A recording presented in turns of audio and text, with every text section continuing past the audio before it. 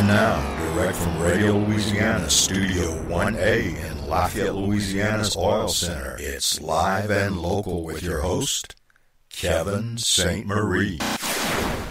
Yes. And we're here with Seth. Seth, how you doing? I'm pretty good, bro. It's Seth Richard? Richard, yeah. Okay. Seth Richard. How do they handle Richard in other states? Oh, Richard. I stepped foot out of here. Seth Richard. It's Seth Richard. And everybody from Louisiana, every once in a while you have a guy from Louisiana go, that's not it. They're actually excited about it. Like, oh, I actually know your real last name. Where do they mess it up the worst? Everywhere up north. But it really doesn't, you don't have to go too far. For it to be bad. Like, I mean, I'm talking Arkansas, Mississippi does it sometimes, Alabama, even the places you think wouldn't. Really? You literally step out of Louisiana and that's it. It's Richard. I mean, some part of northern Louisiana wouldn't even probably get it right.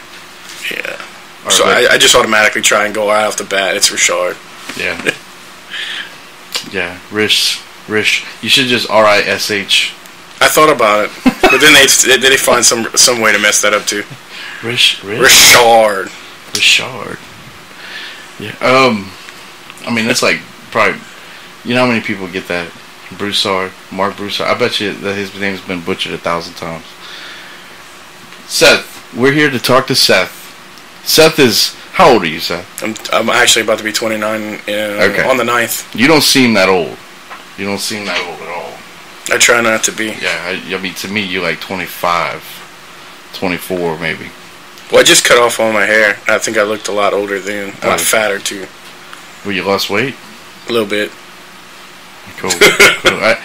Your band, how long have you been playing music, first of all? Since I was 13 in bars. Really? Uh-huh. Always with punk rock bands. Really? What's your first bar? Oh. What was it? Maybe the Renaissance Club? Really? When that was still open? Really? The Renaissance. Or it might have actually, no, because Toys was an all-age place, so we got to play a lot. And that was still kicking. I want to say the Renaissance was the first one. Who was Toys? Was that like Bernard? That was, it was like a music store. Steve Hubble, is it? Yeah, okay. Yeah, it was the raddest fun. Well, they had this place called the Rinky Dink that I think Bernard was involved with. The Rinky Dink. We're talking about old venues in Acadiana area of Lafayette, Louisiana area.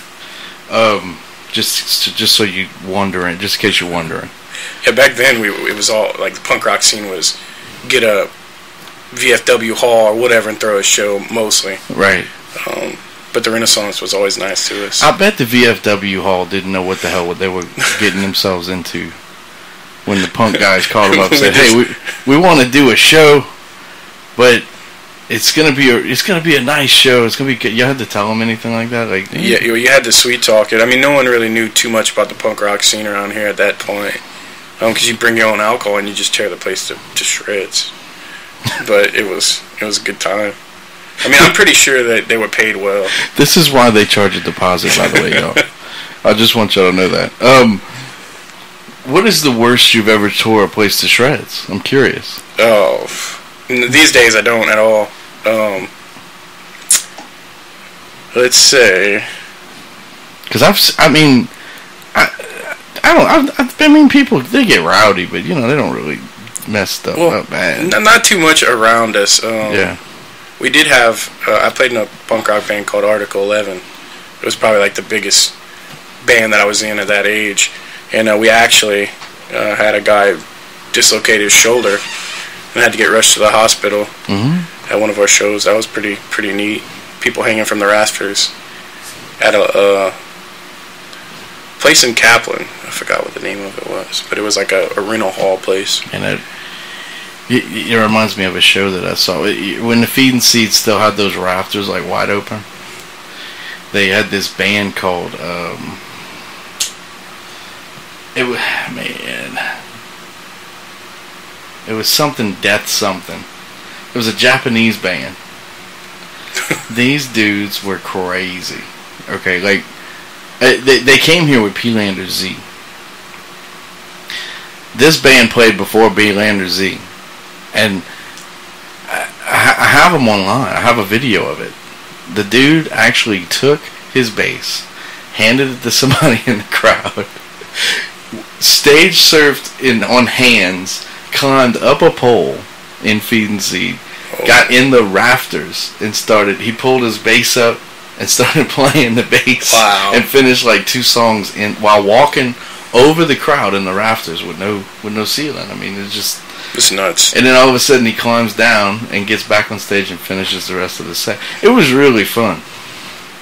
Talking about that. It was a wild, and all he kept saying was, Lafayette, hard punk rock city in Japanese. Like the only hard punk rock city. Yeah, it was pretty cool, man. The crowd was wild.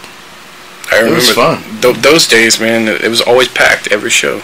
Everybody always came out to shows back then. This was like 2-3 years ago. Oh, that's even awesomer. Yeah, this was like right at the transition of like the new owner of the Feed and Seed. Oh, I got you. I think it might have scared him a little bit because that was an interesting show. That was fun. It was a lot of fun. But let's talk about how long? You just got back from a tour. How long ago was the tour? Where are we? November? Yeah. Going into December. Let's see. I stopped touring in October to write the new record and started recording it November 2nd. Mm-hmm. So it was sometime in the middle of September. Okay. And I saw there was a show that I think that the last show you played before you did do that, I was there. I was at that show. Was it the District show? Yeah. I knew we had met before. Yeah. And apparently you were doing that, and apparently you were going on tour right after that. I guess a new album came out.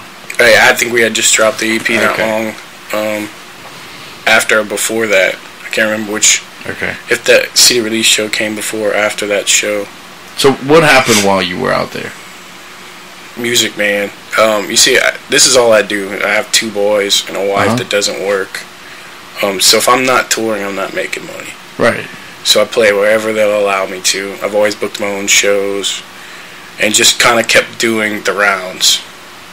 Tried to play the same clubs once every 2 or 3 months and just keep going in that circle.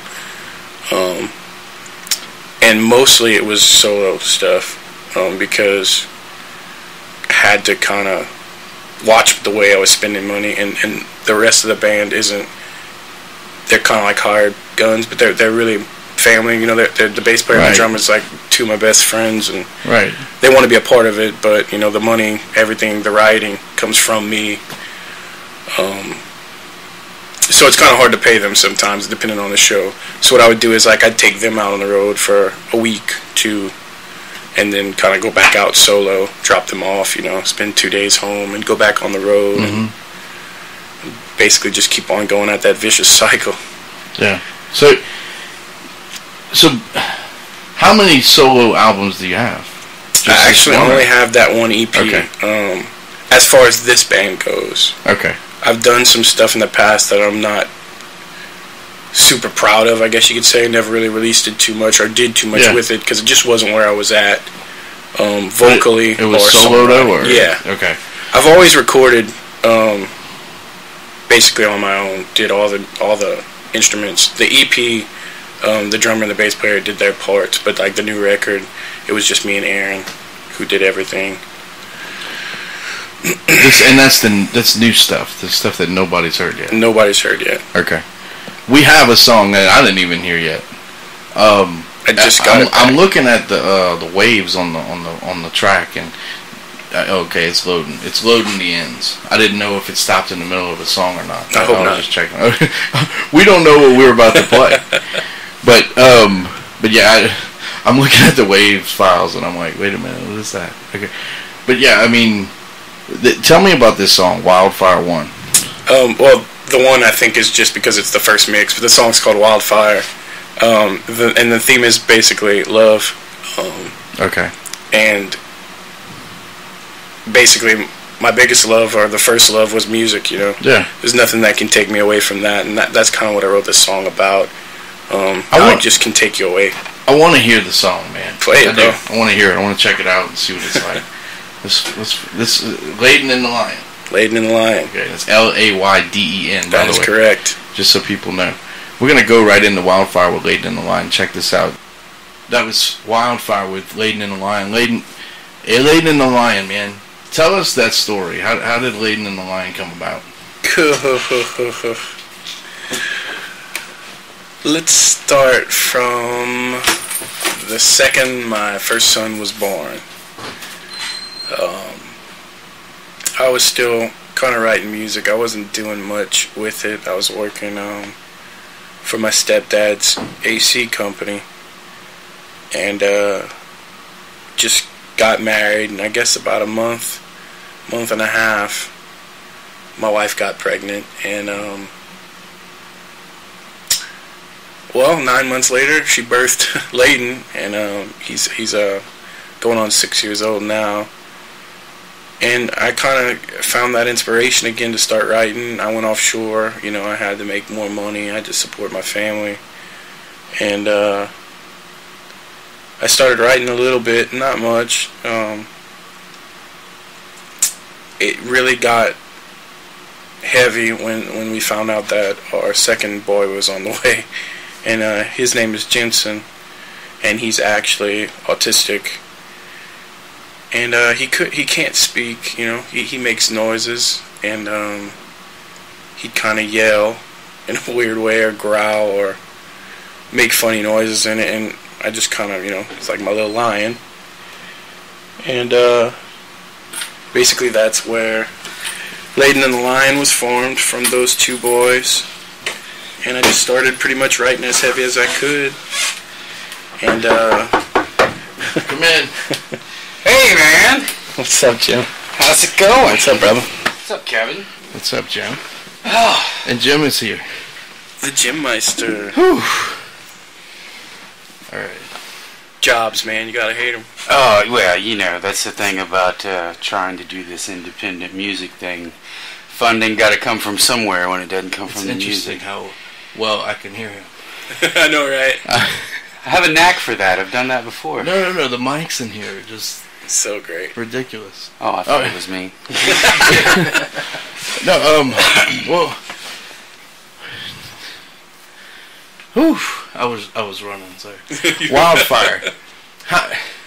So tell us. Okay, you hook up with this guy. Tell us about the guy. Oh, his name is Aaron Gillespie. Okay.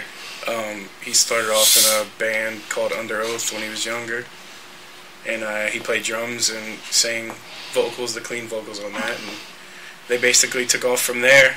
And he started becoming a producer, started his own band, The Almost, solo career, toured with Paramore, and he started taking in bands at his studio in Utah.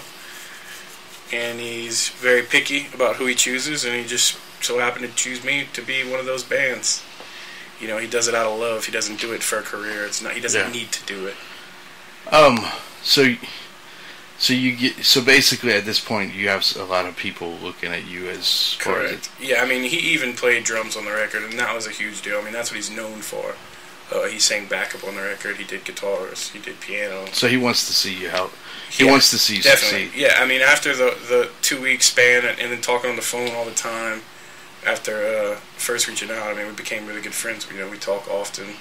We FaceTime with each other's kids. It was just I really consider him a good friend now, which is pretty cool.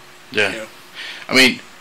How difficult has it been, dealing with the business? Oh, it sucks, man.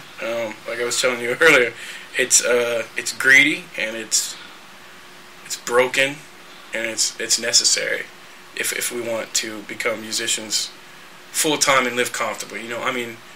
I'm a full time musician, but by no means am I comfortable, or I'm missing my kids growing up. I'm missing so much, because if I take a week off, that's a week worth of bills that I possibly can't pay. It's check to check. Is this bar actually gonna pay me what they're supposed to pay me? Yeah. Because without a booking agency and stuff like that before, they don't give you too good guarantees. And if they do, there's no contract, so they can just screw you if it's a great show and be like, oh yeah, here's $50, or yeah, this is what we made at the door. And I've had people not even really give you much, like sell out or have 150 people there and just like, man, it's going to be a great show. We did a door price, and that's great. Well, door guy let all his good friends in, so he might make $100 at the door. It's stupid, you know. And without those bigger companies, those booking agencies and stuff overseeing it and getting those contracts, it's horrible. You're always getting screwed. Yeah. So when you take on your own booking, I mean, do you have your own contract? Well, they don't want to treat you like a professional. Okay. When you're doing your own thing, they don't want to deal with it. They're like, look, we're giving you a chance. We're letting you in here. We don't have to appease to you. You want to play here or not? Okay. That's basically what it boils down to. Yeah. Do you want the show or not? We're not going to deal with all your crap. Okay. And you basically just kind of bow down. I mean, do you see that? You see that a lot, I guess. Yes, sir, I do. Yeah.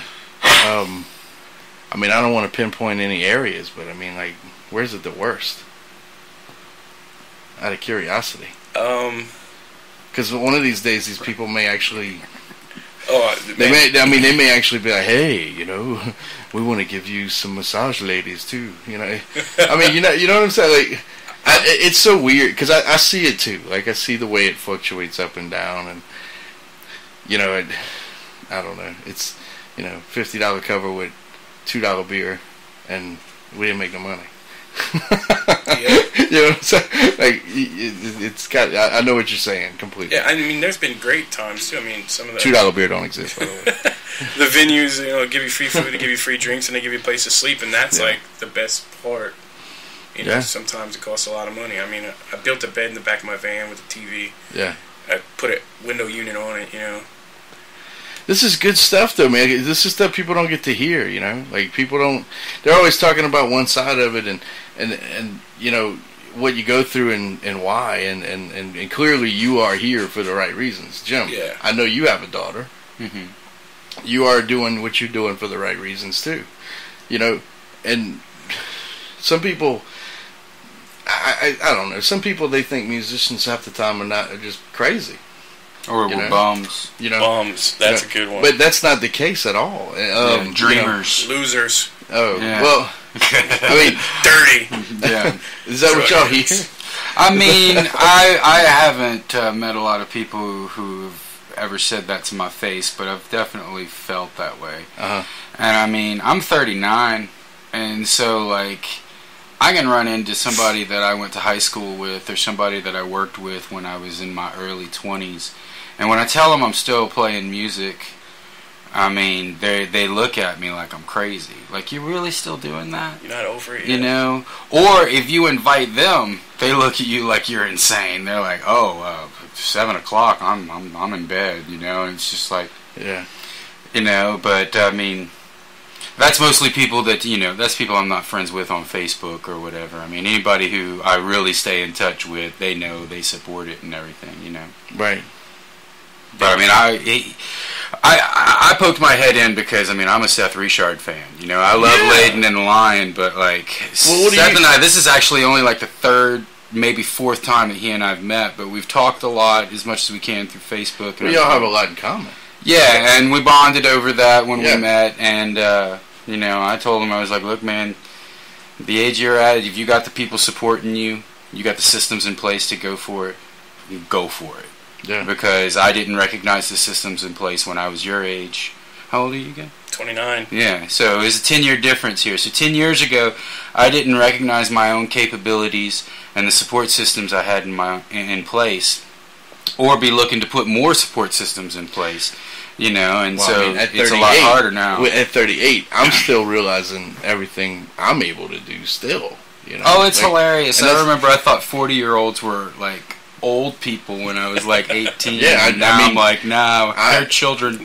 I hear you, man. I hear you. I'm still, you know, I still sometimes at the end of the day, well, not the end of the day, my day, like, started at, like, 10 yesterday, and it ended at 3:30 in the morning. Mm-hmm. So, like, you know, that's every day.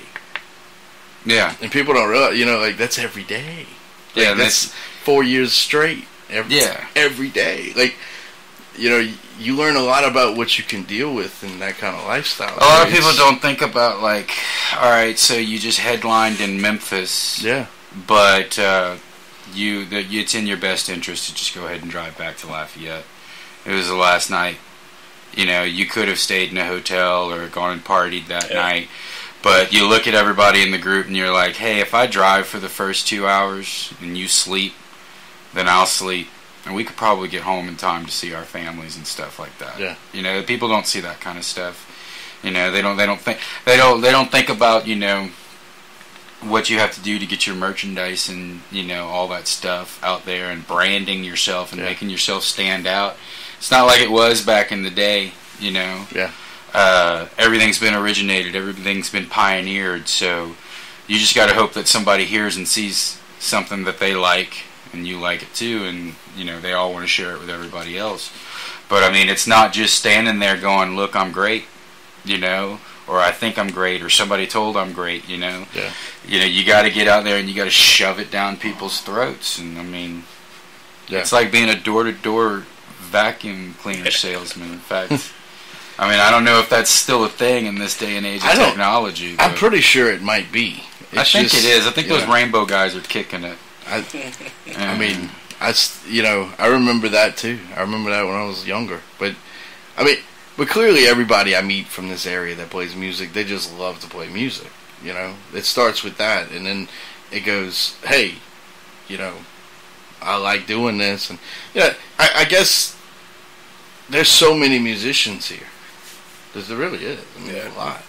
But and when you think that there's not one coming next, there's like 7, coming up. I mean, but I clearly do see, But it's even worse than that, like when you're in big towns like L.A. and in Austin and stuff, because every lousy sound guy thinks he's the next big thing, The door guy is in some band, everybody. And I mean, and then that's what you got to do. I mean, that's the advice I give to anybody that's starting, especially if you're young and you don't have a whole lot of responsibilities, Just jump into it with 2 feet, If you can do something to build yourself up to it, then do it. That's where I got called, like, super crazy, because I have huge responsibilities. An autistic child that my wife has to spend every breath with, and a 6-year-old, and none of them work. No one's bringing in money except me, but I just couldn't do it anymore, man. I couldn't work offshore anymore. Not only was I not seeing my family, but I hated it. I hated everything. I was miserable. I wanted a divorce. I wanted to leave. Yeah. I was at a breaking point, and she's like, "What do you want?" I was like, "I want to play music," and I just did it. I didn't think about it. I just started making shows. And you still are making it. I mean, that's if I wouldn't have went around shoving it down people's throats, I wouldn't be here right now. Yeah. Yeah. Wouldn't. Yeah. I mean, and clearly it makes you a better songwriter. And I feel like what he's saying. Yeah. Every day, I just about every day I'll have something like that. Sometimes I have the selfish moments, But I'm not even. This isn't any bullshit promotional plug-in or whatever. Right. I drive in the van, and me and my daughter sing "I'm Not Leaving" by Layden and Lion. And she sings it right. It's "I'm not leaving." And we belt it, and I'll look over at her, and I'll for real, I ain't even freaking joking. I'll look over, and she'll hold my hand, And so we don't talk about that kind of stuff, but we just sing the song. I get it out because, I can't leave, And then Just Stay Gold's another one off of their record, and he may have written that for his own reasons, but my daughter makes my life gold in so many ways. So we'll just sit there and we'll sing it together. It's one of the little things about, how music can save you and put you through. Yeah. So it really can. It really can. And guys, somebody else wants to come in too. Oh yeah. So I'm gonna go downstairs and open the door again. Uh-oh. So, guys, tell them about the show, December 23rd. While I go get them. Man, you're gonna miss all the good gritty stuff. No, I'm coming right back. Well, first of all, I'm just gonna talk about how I'm really bummed that Cadence won't be there.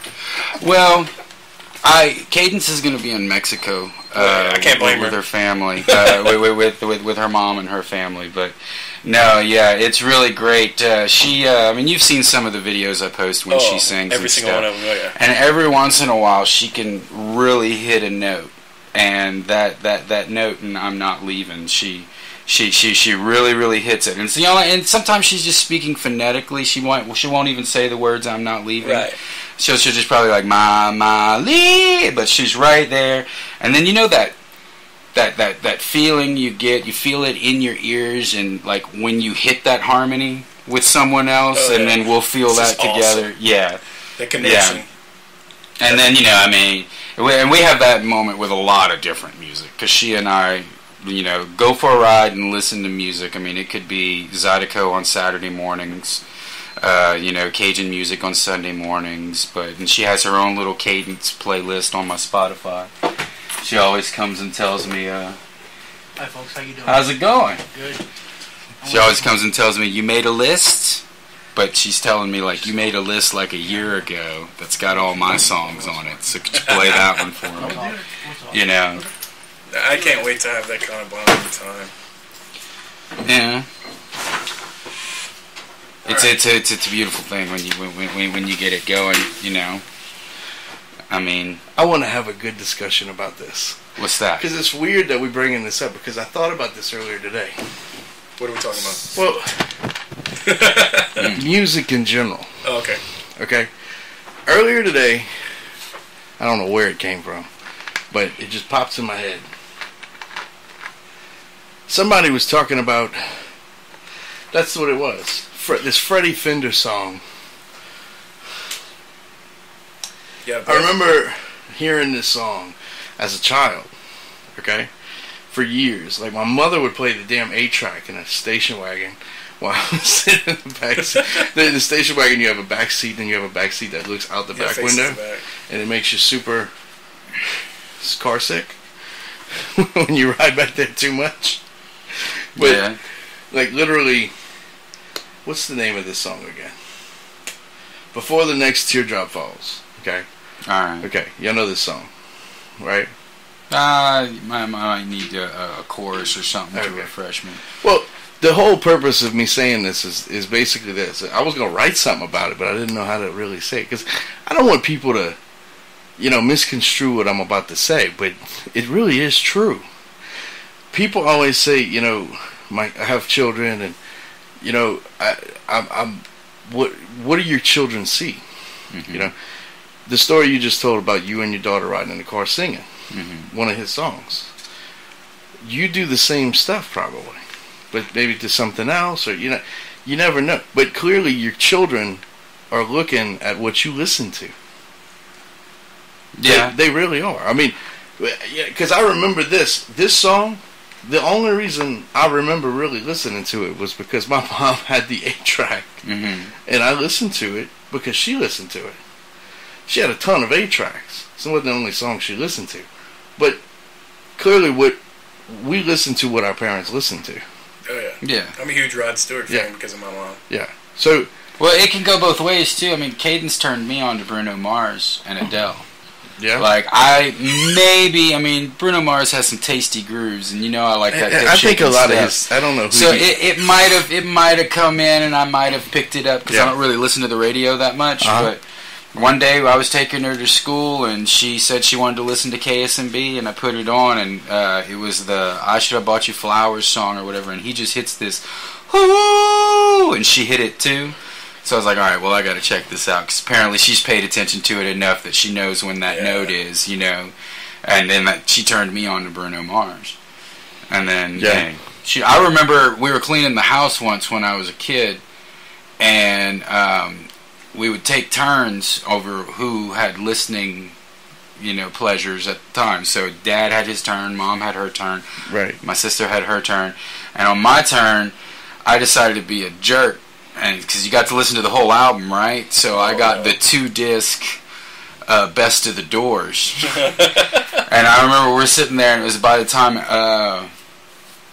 L.A. Woman was pumping, and my dad just said, "Who would have ever thought that 20 years later my son would be listening to this crap?" And then Dad started listening to yours again. He didn't really think that was crap. No. Well, I mean, he didn't think it was crap. That was just some Denverisms, you know. Yeah, that's some good stuff. So, I guess the point of the story is this, I started thinking about this, and there's a lot less people listening to the music that we are listening to. Okay? Think about that for a second. Anyway. Well, in our area, right. But I observe so much stuff just around this area, I guess in just the Louisiana area, period. And I look at the groups and the trends of what are taking place here, and I mean, it seems to me like the world is a big trap queen. I don't mean to say it like that, but I mean, I particularly am not going to listen to Fetty Wap and shit. I'm sorry. Like, I like to hear music with some sort of substance behind it, and I don't want to take anything away from the art of some of this stuff I hear, but somebody pointed something out to me. What I'm curious about is, what kind of music is going to come for the future? Oh, Lord knows. That's my thought, and that's a very, very interesting thought, man. Because I mean, when I see 18, 19, 20-year-olds twerking, I'm like, you do realize your kid sees you twerking, right? Like, what the hell is your kid gonna do? Like, what kind of? I don't get that. Like, and it brought me back because when I heard that Freddie Fender song, it was like, I think of the just the timeline of Freddie Fender from 1975 to chick twerking. Yeah. Where have we gone in just 34 years? Right? Lord knows. I mean, I'll say this about hip hop though. Somebody pointed this out to me. I'm not a huge hip hop fan. I there's some stuff that I like and some stuff that I don't. But for the most part, mainstream hip hop, it's never on a down note. It's always like good feeling music. Like I love Muse, right. But there's some Muse songs that could really make me come to tears, or want to slip my wrist, Right. There's Radiohead kind of days, okay. But hip hop's always started from the bottom, now we here, Right. I mean, but I'm talking about I remember Two Live Crew. Mm-hmm. Two Live Crew was, Luther Campbell was more like, he was cursing his butt off, but at the same time, I mean, he was kind of funny. Mm-hmm. I mean, he made you laugh. Yeah. He really did. And the bullshit he went through, with dealing with what he dealt with in that area of Miami, I mean, the dude really fought some interesting battles. Yeah, censorship and all that. Yeah, I mean, to me, I just, even us sitting here saying F-bombs, couldn't do that in the 70s. So, the fact that we can even broadcast right independently. Right. So everything changes, but it's up to the person to figure out what's good or what's not good. But when you look at your parents, I mean, you're looking like, well, if my dad likes it, should I like it too? And there is a thought like that, So what you're writing is some really heartfelt shit. What you're writing is some really heartfelt shit. It's life. What I see in the scene of, like Ice Cube, Dr. Dre, I know those dudes went through shit by listening to their music, okay? But some of these other guys that I could just tell they're full of shit. No. You know what I'm saying? Well, I mean, so you're also talking to somebody who enjoys characters with his music too. So right. I mean, if that's the character that artist, whatever this artist chose to take on, then he has to take all the responsibilities that come with that. Exactly. Well, it's like Weird Al Yankovic. Yeah. I mean, I bought his first tape back in the day, and I think what. 80s. And with that, Weird Al Yankovic isn't going around and parodying everything that he does. He's still this other dude off stage. So, I mean, I don't know, but I guess I can see that. I mean, I remember when I was younger, I didn't like that about particularly gangster rap. you know, because if I would find out that it wasn't even, you know, authentic, then I would be like, well, I can't take it seriously. And then if it was authentic, I was like, I don't know if I want to take that seriously, you know. I mean, the guys that I always listen, I mean, I listen to a lot of, you know, a lot of the older stuff, like J. Rue, like stuff that nobody even listens to back in, you know, just, there's a dude named J. Rue the Damager from the Bronx area. Mm-hmm. Dude, you want to hear a dude talk? That dude is pretty hardcore. I mean, and then you got this guy Common, and you have a lot of these guys that really are giving you everything that they know and everything around them. But some of this shit is like crazy. Yeah. I think about that whenever I look at everything that we have going around and what's still making it and what's hard to make it. Like right now, you come out with a goofy song that doesn't even make any sense about shaking your ass. Everybody wants to buy that. It packs the house maybe for 2 years, and after that, from nobody packing a really good show, it screws up that whole situation. That's kind of where I'm getting at, you know. You know, I don't know. Everybody has fads these days. Yeah, it's seeing past the fad, I think, is probably what I'm saying. I don't like a lot of stuff, but I go to a lot of local shows in my home as much as I can, and that's my biggest thing. Like, okay, you enjoy hip hop, you enjoy country. My favorite music. No. I'm saying in general. Like a person loves hip hop, right? Loves country. This person loves country. Whatever. They're ridiculing what I'm doing or what Jim's doing because it's crap to them. Yeah. Well, they're just not open-minded. You know, I guess I don't know if it's just being a musician or whatever. I mean, I listen to so much different stuff, and I love so many local bands, but everybody goes to see this one local band, and then they don't go to any other shows. Mm-hmm. To me, especially Lafayette's the worst about it. I mean, you know, to me, the whole portrayal of hip hop was like, you know, we're gonna be different. We're gonna give it to you at 150 miles an hour. To me, punk was the original what they think hip hop is, because literally it's true. I mean, you know, and you've got guys, they're scared to death to go to a punk show. Mm-hmm. Especially the ones from back in the day, like with Black Flag and all the ones that, you know, those were things that just people were petrified of, you know. But that's why we change. You know, I'm not doing straight punk rock anymore. Obviously, I still have punk rock influence. So I can't go away from that. You have a style that, I mean, you've got that single sound of the vocal, you know, that I think a lot of people are looking for from what styles, you know. Particularly, I mean, I'm familiar with the first record, but like, you know, were you trying to channel any particular type of? With the new record, Aaron wanted to go like American rock. It kind American of has rock. this Bruce Springsteen feel. That's to exactly what I was hoping for him to say on his own, because I really got that from the first record. Right, exactly, and that's what Aaron.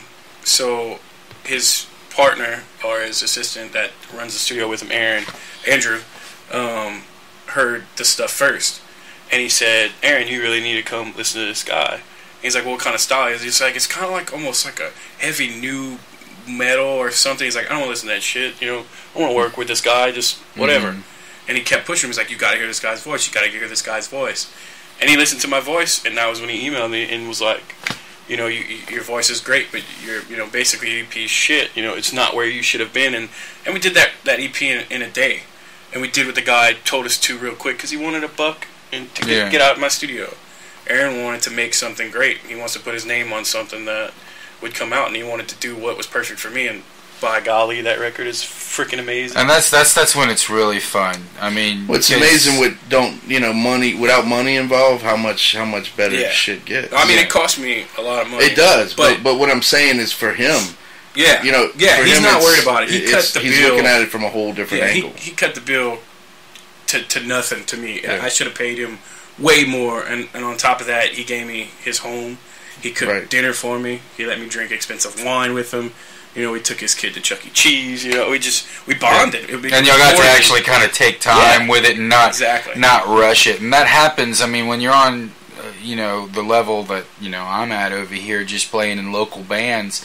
You know, you get enough money to go in for a day. Yeah.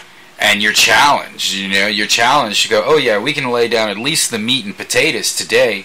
and we can come back later and do vocals, and the next thing you know, it's 6 months later, and you still haven't found time to go cut those vocals. And every time you'll find yourself at the end of the day, especially in that last 5 hours, no matter what it is you're working on, somebody, either you or the engineer or somebody in your band goes, I think it's all right. I don't think anybody's going to notice, because you're all tired. Exactly. Because you just try, and and it's better when you have time to, like, we're going to work on these 2 songs today. And I'm jealous that he got to do that, to be able to work with somebody and go that way. Let me tell you this, the biggest, shittiest, fucked up thing I've ever realized was it's about who you know in this business. Mm-hmm. And I could have went do the same record with somebody here or in whatever, Dallas or anywhere. But the fact that I did it with him, it was okay to pay him that big amount of money because I knew I believed in myself enough, and he believed in it, that it was going to go somewhere. And by golly, I made the best investment ever, and I'm going to see that money and more back. And that's the crappy part, is it's because of who I went to do it with. That's shittiest realization, but hey, I got my shot and I took it. I'm not crying about it, but that's the shitty part. The record could still be great somewhere else. Now, I mean, Aaron put his heart and soul into the record, but I could still write good music, but no one's ever going to hear it. But now a lot of people are going to get to hear it because of who I went and recorded with. Yeah. No label wanted to talk. No label wanted to answer anything back. And as soon as it was, look, I'm going through this with Aaron Gillespie, I've gotten... Well, he sounds like a pretty passionate son of a bitch. He is an amazing human being. I mean, but right away. I mean, how many times did Andrew tell him to go hear you? I don't even know. But you see where I'm coming from. When he heard it, it's amazing with frequency like that. It just, they hear it immediately. He knew exactly what to do. He said, what are you listening to right now? And I told him, and it was like, that's where you need to be. Why are you doing this? And I'm like, I didn't do this on purpose. It's just how it came out. We needed something quick. I was on the road. I need something to sell. Yeah. I'm proud of it. Like, I like the songs off that EP. Well, you brought him back to his roots, dude. Yeah. You don't realize that, but that's what you did. I mean, his solo stuff is almost identical. I mean, he's an amazing musician, songwriter. But you real as shit. And, you know what I'm saying? Like, you don't get more real than you and Jim. You don't. I mean, and I love you guys about that. Like, I do. I mean, because you don't get honesty either out there today. You get a bunch of bullshit. Yeah. Like, what's real to you? My kids. Like, you don't even think about it. Immediately. They don't say shit like that in this world no more. It's true. Yeah, no, totally. I mean, it's very interesting, but, it's very true. You don't get real anymore. And clearly, you will get real with the Nameless, and you will get real with Layden and the Lion. I mean, it's just how it's going to be. But in my opinion, when he heard your sound, it reminded him of probably his first time ever recording something on his own. Who knows what he was thinking. He was like... I'm just happy he reached out. Oh, yeah, man. And I'm glad he did. I mean, but what I'm saying is, it is happening, and it's happening. And I mean, I know everybody here wishes you nothing but success. And if anything, I really think you could probably write a damn good book one day. Mm-hmm. I hope so. And my biggest thing has been, and I think Aaron said it multiple times, somebody did this for me. Yeah. Somebody did this for me. Like, because I kept saying, what else am I going to say? Thank you, man. Can't believe you're doing this. Like, you're freaking out. And he's just like, oh, shut up, dude. Somebody did this for me. What do you, this is what people do. And that was very And where's he enriching. from? He's from Clearwater, Florida. Okay. Which is like 45 to an hour outside of Tampa. Okay. He lives here now? He lives in Utah. He lives in, okay. His. And how did you find him? I've been listening to him since I was a kid. Yeah, but how did this come about? How did you make contact? I think he was advertising his studio on Facebook or something. He gets emails all the time. So I was like, why not see what his rates are or whatever. And I sent Andrew the music, and he got back with me within a week. Yeah. He said, let's make a record. And that was it. No shit. It was easy, and it freaked me out. I wanted to hang up on him the first time I talked to him on the phone. Yeah. Why? Because I thought somebody was fucking with me. Seriously, I mean, how many times do you get to talk to the people? I feel like some people tell me that, feel like that with me sometimes too. I'm like, because I messaged somebody today. I was like, dude, why don't we do a phone interview about your show this weekend? Because I keep seeing them promote it. I will join events just to see how many times people will post in them. Yeah. If I see them doing it, I'm like, dude, I need to help this person. So, and I called them and I was like, look, this is my number. Call me. When you call me, we're going to do a phone interview and we'll put it out and try to get people. They never call. You know why? Because there's a bunch of weird ass people all day trying to get you to hit on somebody. When it's real, you don't know if it's true. People run. It's true. I talk to women all the time about this. We were going to do a show about, bringing a couple of chicks that I knew did online dating. And the stories they told me made me go, I don't know if we can even air this story. It's that bad. But yeah, I mean, that's the thing. I mean, I was literally, I don't want to mess with nobody. I'm just want to tell people about your show. From your perspective, because it's true. Nobody can sell your show better than your shoe. You're gonna be there. Yeah. Yeah, it's like with the show we have coming up with the Ataris. That was a huge freaking deal to me. I've been listening to them. Tell me a little bit more about the Ataris so people understand too. They were, let's see, 90s? Yeah. When they were kind of coming up, and it's like a punk pop thing. Right. But they really hit the mark when they did their album So Long Astoria, which they did. I just went blank. Well, they did do the cover of Summer of '69 by Don Henley. Right. They're the ones that changed it. Instead of a Deadhead sticker on a Cadillac, a Black Flag sticker on a Cadillac. Right. That song took them to the next level. And for some reason, they came through Lafayette at the Wild Salmon a couple years back, or a year and a half, or I can't remember. But I remember that. They're on tour. They were doing some shows with some other punk rock bands like MXPX, and they were passing by, and their manager, our booking agent guy, just contacted me about putting on this show. And I contacted a bunch of venues and couldn't find anybody, so basically I put the money up to get them here. I got paid their guarantee, and I'm hoping to make the money back. But just to be able to deal with them on that professional level and play with them and get to hang with them like we will be doing on December 23rd is going to be so surreal and great. It's always nice to meet somebody you looked up to and listened to when you were a child. So you physically paid a guarantee for a band to come to Acadia and play a show? They would not come unless they got their money. Right. And everybody wanted to do we don't do guarantees and we're going to have to take a door prize. This is why we do interviews, by the way. Yeah.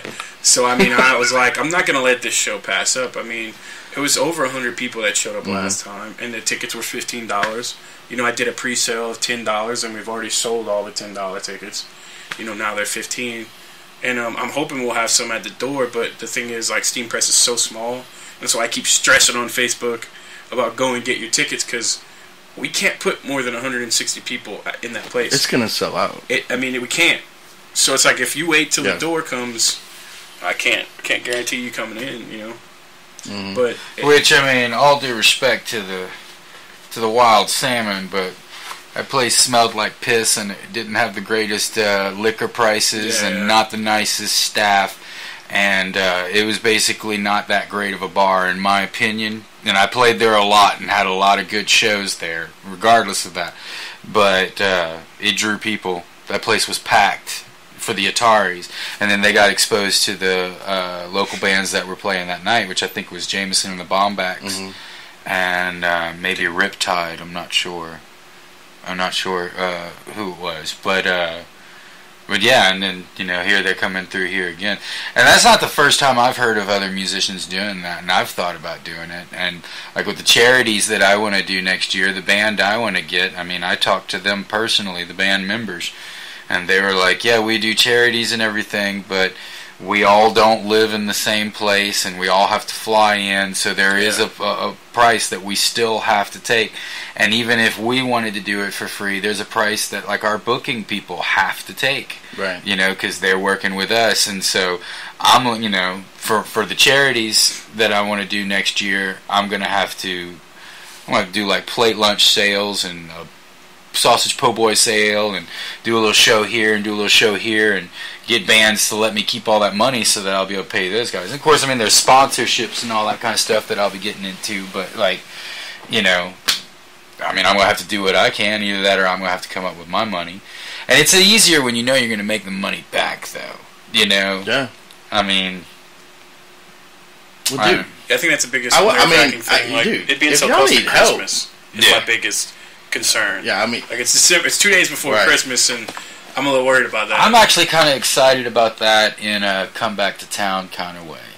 Because you might have some people who are just getting into town, or maybe they came in for the week, and 2 days before Christmas, they're just tired of their family enough that they want to get out. Or this year Christmas falls on the weekend, so like the Friday of Christmas weekend, I mean, people that are back in town are going to want to go to their old haunts, or they're going to be like, and a lot of people I know, like I'm thinking of Byron Tapman from Object at the End of History. He tends to come in, and I'm kind of just like, thinking, hey, he might be in town a day or so early to see his family from Portland, and he might go. Jim Noble's one of his.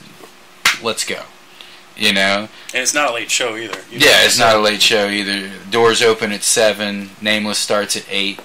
Okay, well, this is what I'm going to do. I'm going to buy 2 tickets, and I'm going to give them away on Live and Local.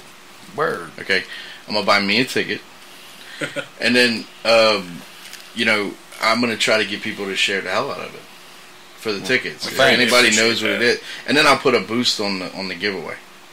Well, thanks.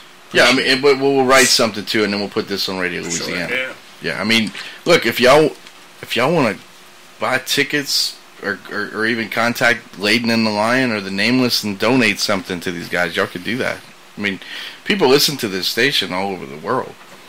Yeah, they do. I mean, so I think the top 3 places that listen to this place the most are the USA.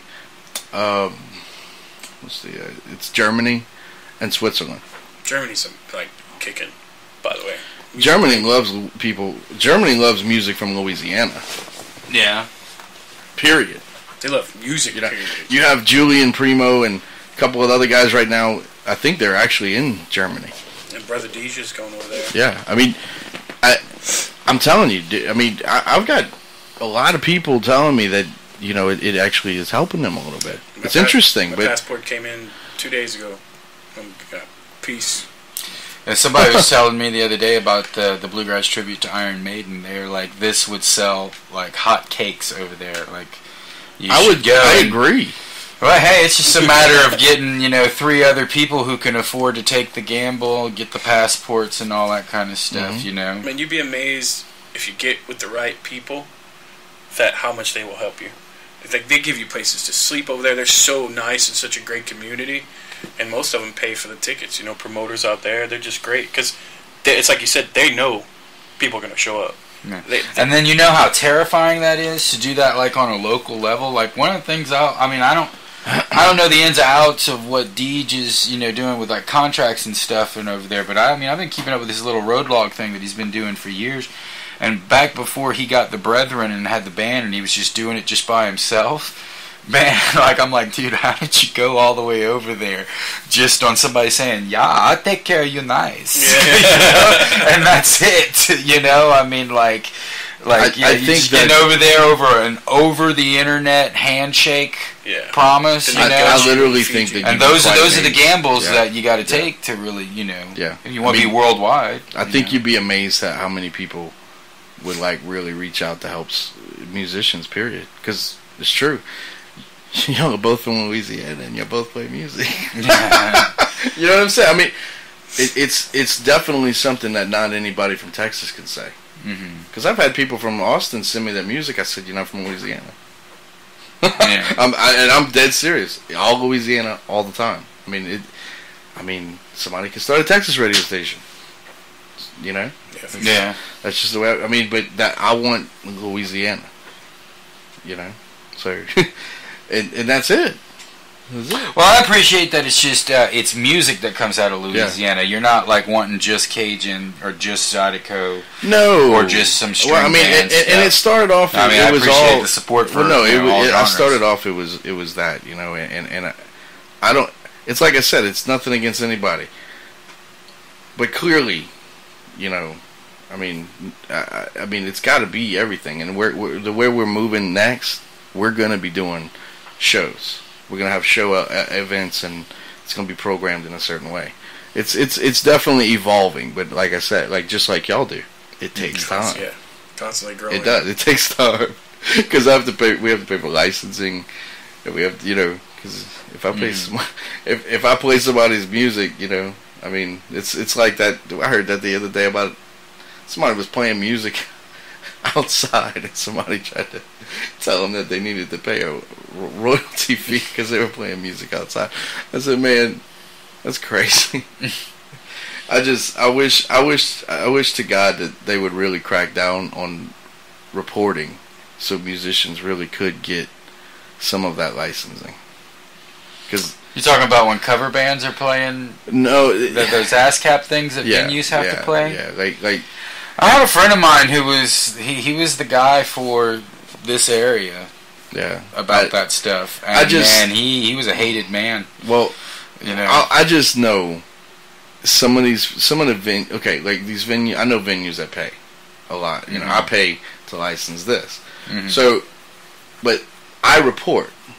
Mm-hmm. So the musicians actually do get a percentage. Yeah. But not everybody reports. So these musicians can actually get a percentage. Yeah. And that's where I wish they would actually crack down on something. If you have a place, document your plays. Mm-hmm. Document that stuff so that musicians actually can track it. Wow. That's the way I feel about it. Yeah, see, I've never been exactly sure how all that works as far as... I mean, basically, okay, let's say you have a song, and I play it on Radio Louisiana. Every month, we send every song that we play and tell them what we played. Mm-hmm. You get a check from either whichever one you're hooked up with, ASCAP, BMI, Sound Exchange. It just depends on which one it is. Yeah. And you get fractions of whatever it is.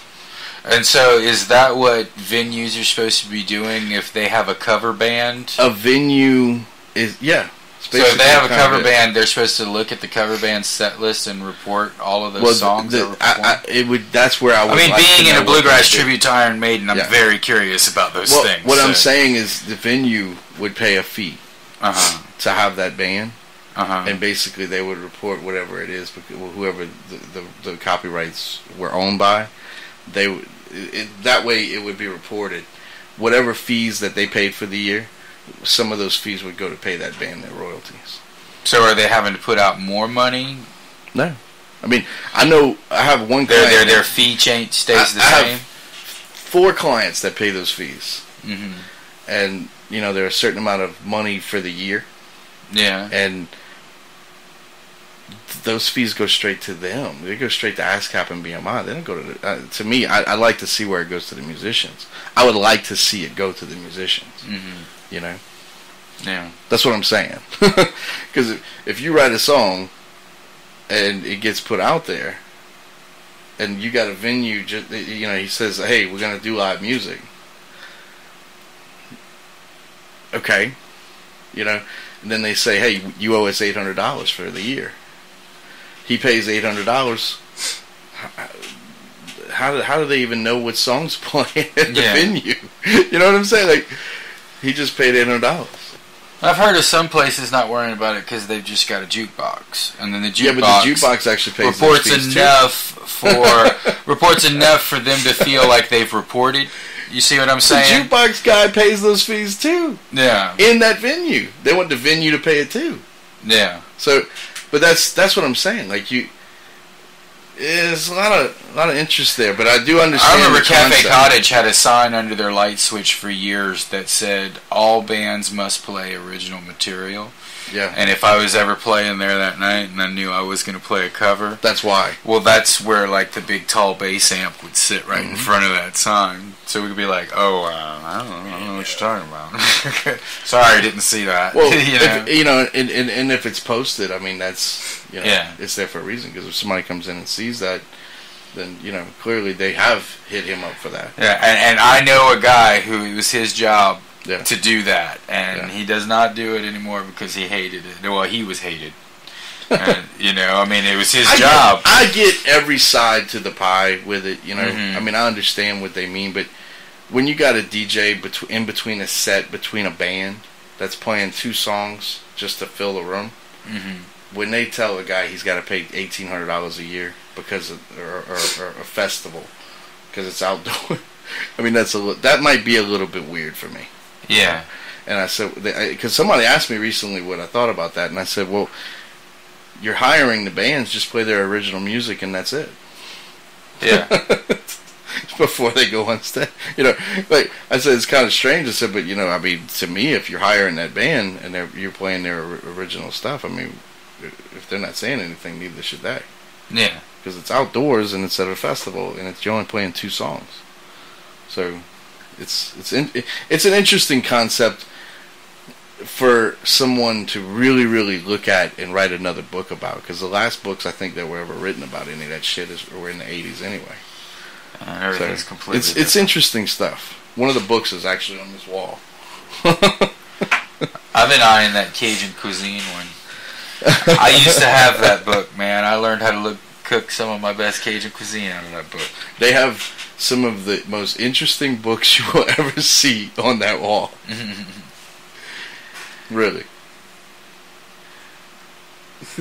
There's even some 15th century Enochian on there. Like, people look at this wall and they go, man, what is this? What is this book here? And I'm like, well, one day I got interested in it and I figured I'd learn it. And they were like, what? Like, they think I'm like, you never know. And it's really funny. They had some kid that went to the park recently, and he went and did some of these weird rune I guess this language, these elven language or something. And they had a note in the park in a box with a sentence, like it was like a phrase. I've heard of this before, and I was able to decipher what it was because I studied Enochian. Yeah, I've heard about that. I've heard about somebody's doing that. It's kind of like almost like before the Pokemon game they were doing that. Yeah, it was pretty interesting. I'm pretty sure that a lot of people were like, well, I wasn't expecting this dude to chime in on that sentence. Like, because it was a little weird. You don't really know. I don't really put anything past anybody. The park can be a weird place. When you find another weird language written in a box. Yeah. I was like, what if you look around for cameras? Is what well, no, I mean, it's like the movie Saw or something like that, Like, I don't know. It's a little strange. The horse farm. Alright, whatever. But guys, once again, seriously, y'all keep doing what y'all do, man. Hey. You too, man. Dude, look. I think one of the best ways to raise money for a show, truly, is you do you do a guitar. Okay, you take like a shitty guitar, something that somebody's gonna want and cherish. Doesn't even have to play because half the time a signed guitar doesn't play that well anyway. Okay, you get everybody at the show to sign the damn guitar and you raffle that damn thing off and you make extra money for the band. Yeah. To me, that's like a no-brainer. Yeah. I mean, somebody at that show's gonna be like, I got 100. To y'all, that's a signature, or maybe some extra merch for another band, to get home. Yeah. For this guy, he's like, man, I got the damn guitar. I mean, to me, that's not a bad way to think about it. Because I mean, I look at that guitar from Mitch Fest too, right there. Yeah. Dude, that was a rowdy night. And that's a 1-string pink guitar with Aqua Teen Hunger Force on it. Okay? Like, dude, that was interesting. Okay? Like, yeah, I mean, yeah. To me, that's a great idea. Or a drum head or something, anything like something, that. yeah. Just, start the bidding at $50. Shit, they're drinking. Yeah. And you split that with the band. To me, that's a great idea, man. I mean, to me, that's kind of like the thing, because if everybody's like, you know what, we're gonna take one of the guitars and we're gonna all sign it, we're gonna auction it off, and it goes straight to the band. Like, I'd be like, hell yeah, And particularly if you've got people who are fans of the bands that are performing. Now, if I went into a bar one night and I didn't know any of these bands from Adam, I might be like, I don't know about all that, but I'll see who won. But somebody might, because it's giving them something. Like, if you don't have any merch that night, it's just still giving them something. Yeah. It hangs on the wall. What is that? Oh, that's this band. You need to check them out. Yeah. So, to me, there's always a way to make money. But, dude, I'm telling y'all right now, if y'all need help with something, will gladly help. Well, we hope you come out to the show. You said you're buying the tickets. I'm buying and all 2 that tickets stuff and giving them away, and I'm definitely coming to the show. And then he's real fun in the show because he enjoys. I've gone to a show with Kevin. We went to go see Big Bad Voodoo Daddy together. No. And then I've performed for Kevin several times, and his face is just lit up, and he enjoys the whole show, and he's sitting there and he's taking pictures, and then he sends you the pictures and He tells came to everybody one of our else shows about at the District. Yeah. And I just put that together. And as we're speaking, I don't want to forget, but I'm sending you the link to get tickets. Yeah. Okay. and I'll turn around and I'll write something and tell people. I'll turn around and tell people. You know what I'm saying? And two of them, I'll just give them away. Yeah. Just to help with the show. Where are y'all? I mean, are people buying right now? Or yeah, they are. Okay.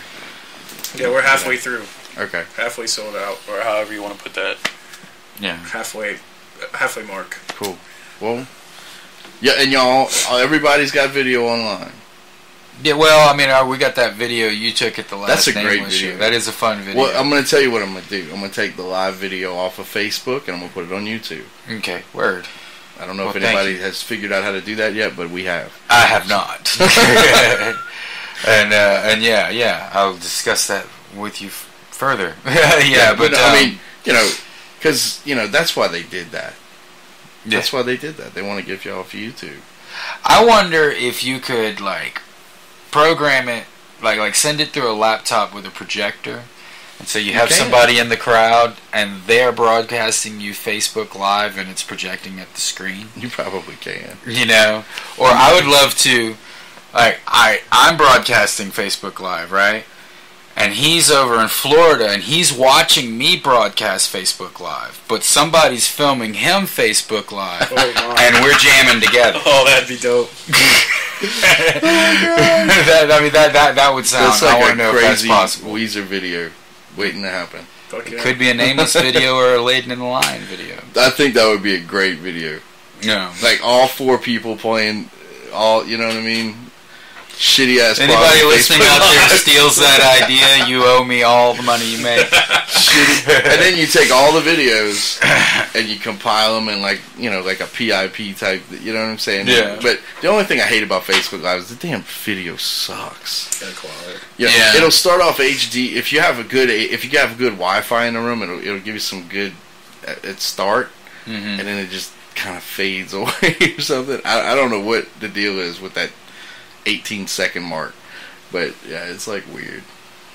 Yeah, I like the Facebook Live. Every once in a while, I'll do the Hefe House sessions where I'll just sit on my couch and have it pointed somewhere that's clean enough for public consumption, and then put on a little show. In fact, I was thinking today, I think I want to learn all of Green Day's Dookie from beginning to end, and one day, in April. Just Facebook Live and play it all by myself if I can. That's going to be my new little just gym project that I'm going to be working on. I'm going to learn that entire album just for 1 hour of fun one day on Facebook Live. Nice. And I'll promote it like it's a huge event too. I'll make a flyer. I'll be tune in to my Facebook on this day for Gym Day presents Gym Day Dookie. Be noble. Watch Jim Day. Jim Day Dookie. There's no Putin on Obama, but you know. Oh, dude, did you see? I saw a little dude had this little. He had a picture of Putin on a Ritz. Did you see that? No, At the top it says, "Why don't you go where fashion sits?" And then it's Putin on the Ritz. It's Putin on the Ritz. That's I was laughing my ass off. It was pretty funny. That's hilarious. All right. Just so everybody knows, what's your favorite rap song? Your favorite rap song? Ice Ice Baby or no? I'm just That'd be Florida Represent though. Man, I don't. You don't have a favorite rap song. I don't ever listen to rap, but I don't either. That much. I mean, I like. It'd probably be like something Ice Cube did or something old. I'm a huge Biggie fan. I guess we could say. Juicy was a good song. Anything big. Ice Cube's a cool dude. You know that dude's a cool dude. He's had to put up with a lot of shit.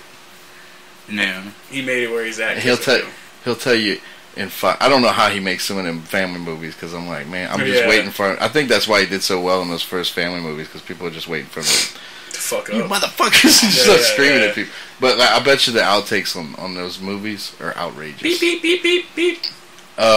Eddie Murphy's another one that I was very interested. I was like, kind of, whoa, what's up with this shit? You know. What about you? Crazy Rap by Afro Man. Crazy Rap by Colt Afro 45 Man. into zigzags. Oh yeah. That's probably one of my favorites. Mine is definitely De La Soul. Without a doubt. De La Soul's the shit. I mean, my favorite line by De La Soul is, "I'm sick of bitches shaking asses, sick of Versace glasses," and I just wanted to make sure that I said that. It's true. Yeah. And then he said, "Shit like that'll make your mama cry. You gotta do something because the stakes is high."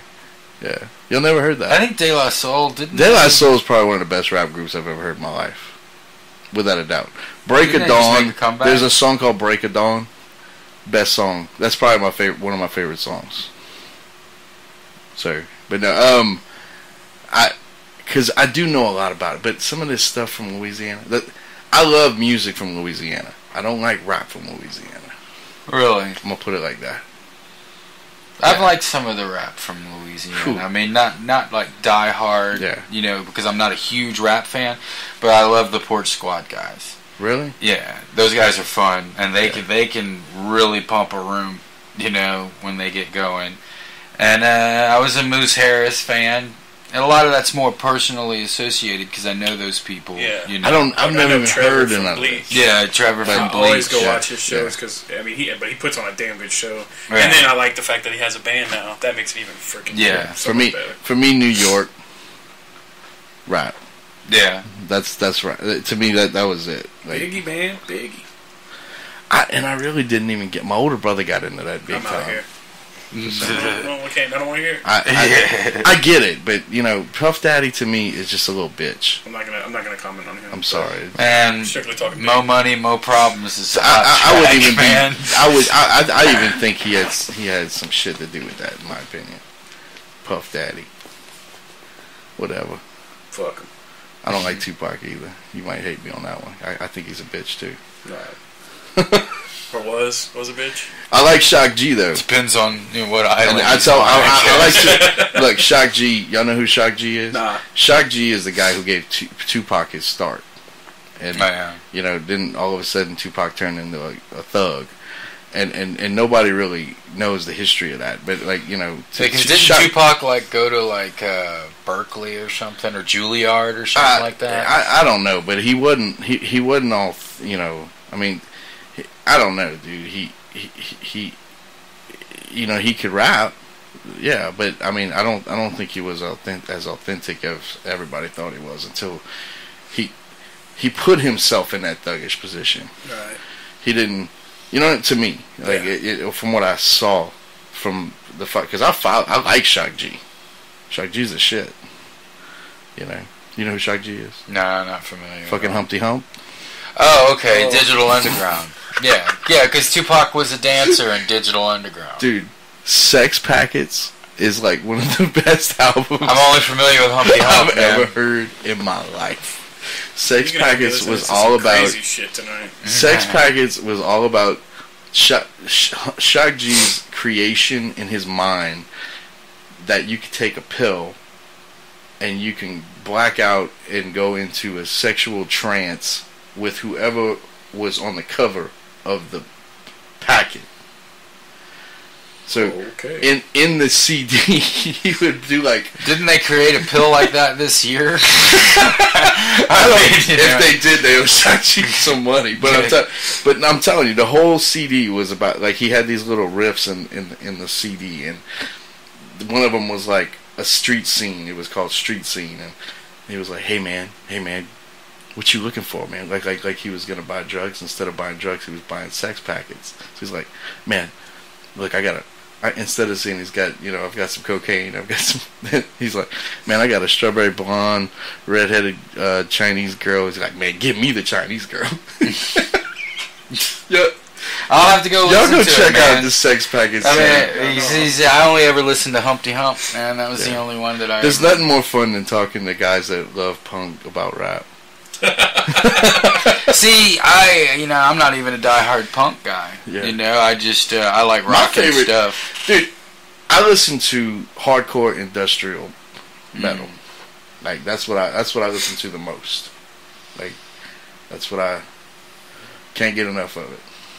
I like the garagey stuff. You know, I like the garagey stuff. I like anything that makes me want to shake my butt.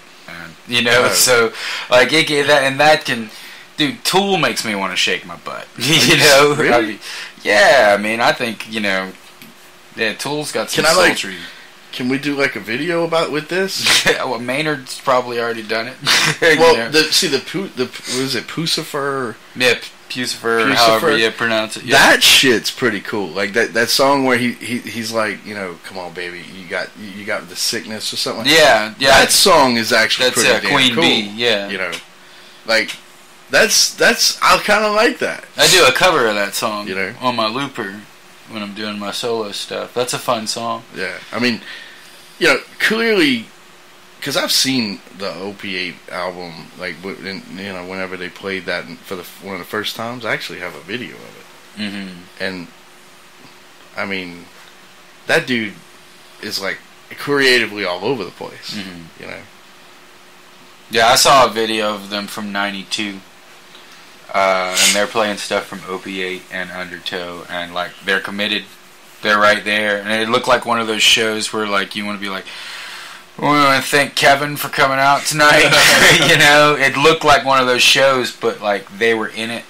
Yeah, they were there. And it was just like it was no dark stage, and then they hit a first note and the lights come on. No, it's just some dudes on a stage. That's the. Their shirts were off because it was so hot. I have a video like that. Yeah, I actually have that video. Yeah, and it's long. I mean, I have a Rage Against the Machine video with a little kid on the stage. Yeah. A little 6-year-old kid. Yeah. I was like, where did this come from? Yeah. Somewhere in California. In 1992 or something. There's a picture from back then of like Tool on stage and like Zach and Tom from Rage are right there in the audience. Standing right in front. And like somebody turned it into a meme about how musicians don't support each other anymore. I'm always standing right in front of the stage for Layden a line, even if it's not me. Yeah. If there's nobody else but just me, like thank Jim for coming out tonight. I'll stand right there. I'll try and get everybody else to stand with me. And for the Nameless, I'm going to make everybody stand in front of the stage. There won't be any seats. We're taking all the tables out. Absolutely. It's going to be all standing room. Absolutely. I think that would probably be a good idea with 160 I'm sorry. There's going to be one table specifically for my kids and my wife. Yeah. But that many people in there? Oh, it's the only way we can fit them all in there. I'm just glad it's going to be chilly. Yeah. It's going to be chilly. But then I've actually never been to Steampress, but I hear that they have a courtyard. Yes. So that's going to be neat. Yes, and the courtyard projects well, the stage projects well into the courtyard, so people can still hear the music when they're outside. But of course, we want them inside. Refer to any Nameless videos. I will do everything I need to make everybody. That I was going got a video of that.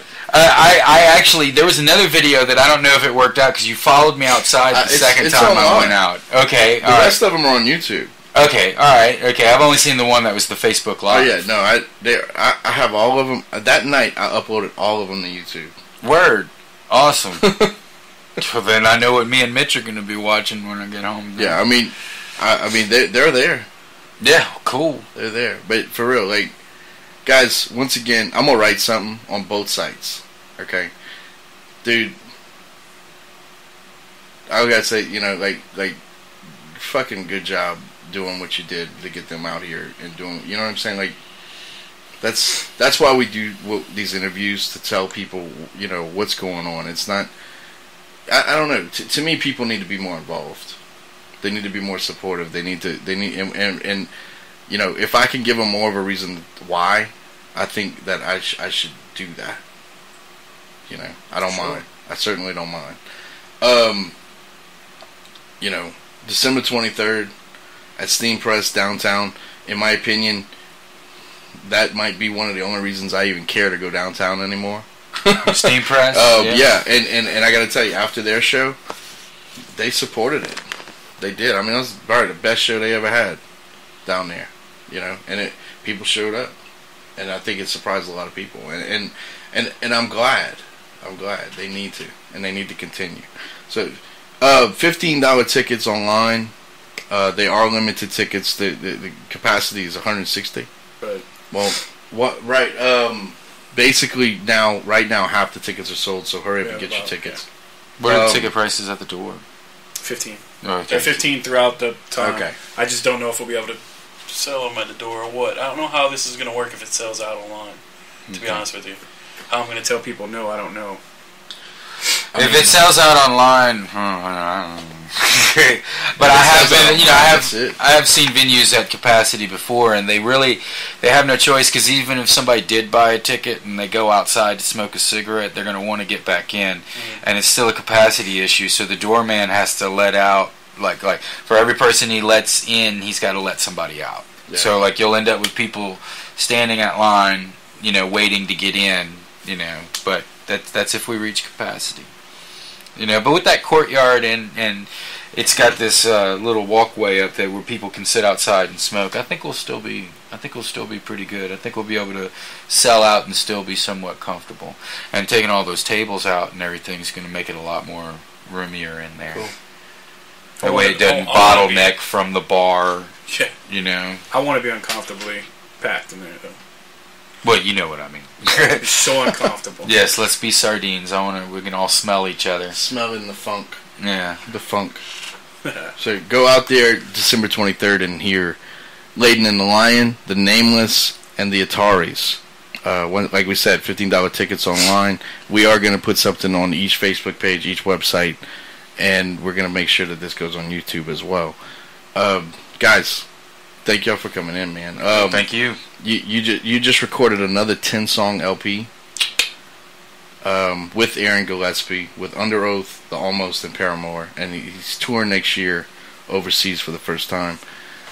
I know there are a lot of people overseas. Y'all go to Layden and the Lion and like his Facebook page. Go to the Nameless and like his Facebook page. Go to RadioLouisiana.com or liveandlocalacadiana.com and follow on both. Wait for the article to come out and go and like the Facebook page on there if you can't find it for some reason because of the country border thing. So, but yeah, support them. I mean, if you feel like donating, do it. Track them down. Give him another phone call that he don't think is real. But just don't tell him you want to send him a check for $2,500 and put it in an account. Yeah, no. And send another 20. Like that scam shit that people do in the Ukraine. I hear that all. Y'all don't do that. Once again, guys, thank y'all very much for being here. Appreciate you. Thank you for listening.